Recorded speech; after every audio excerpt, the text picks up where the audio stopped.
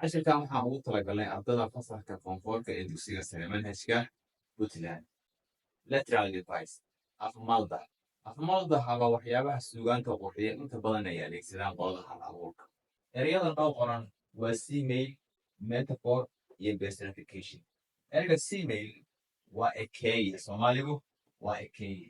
Ekeeye in English qeexistiisu waxa weeye comparison of two things using like or as. Iyadoo la isticmaalayo like ama as in laba shay isbarbar dhigo. Okay, tusaalaha her eyes waa like shining stars. Indhaheedu waa sida xidhko ifaya oo kale. Okay, xagga Soomaaliga haddaan aadno, C-mailka meelaha ama gabayada ama meelashada ku jira waxaa ka mid ah sida dhamaska geedaha dhirta uga sarreeya qalbiga uga dhigan, sida cid ku horay meel cusub oo ceedda usoo baxata. Marka ereyga sida iyo like ama as waa isku mid ah ama isku micnaa. Kan xiga waa metaphor. Metaphor waa sarbeeb. Qolada luqadaha turjintana badanaa waxay ku sheegaan iyaguna erey kale u isticmaalaan duurxulna ugu isticmaalo. Sarbeeb baan adag adeegsanayna. Comparison two things without using like or as. Waa in la isbarbar dhigaa laba shay iyadoon la isticmaalin kuwii ekayaha loo isticmaalayay ee like-ta ama as-ta ah. Badanaana waxaa la isticmaalaa falkaa ama waxa loo yaqaana sidiisii ama aragtiisa. Tusaale life is a journey, nolosha waa safar. Waa sarbeeb oo micnaheedu uu yahay nolosha inay tahay halgan iyo hiigsi meel loo socdo.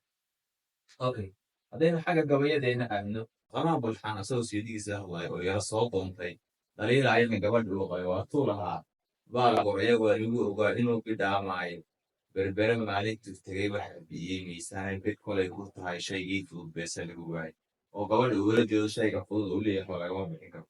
Kan xiga waa personification ama qofayn in uu gabyaagu waxaan bini'aadan inuu bini'aadanahaan oola hadlo. Giving human qualities to non-human waxaa noolay inuu sidii noolay oola hadlo. Tusaale the wind will spirit through the trees. Dabayshu waxay la nuxnuxlaynaysaa geeda, yacni nuxnuxu iyo hadal bini'aadanka lagu yaqaan. Xagga kala sugaanta haddaynu aadnana Ismaaciil Mire waa tuu lahaa guguulihii haddaad gugooysaasaan mooday keligaad inuu guwaya jiraa. Yacni guguulaha ayuu ola hadlayaa sidii bini'aadankii.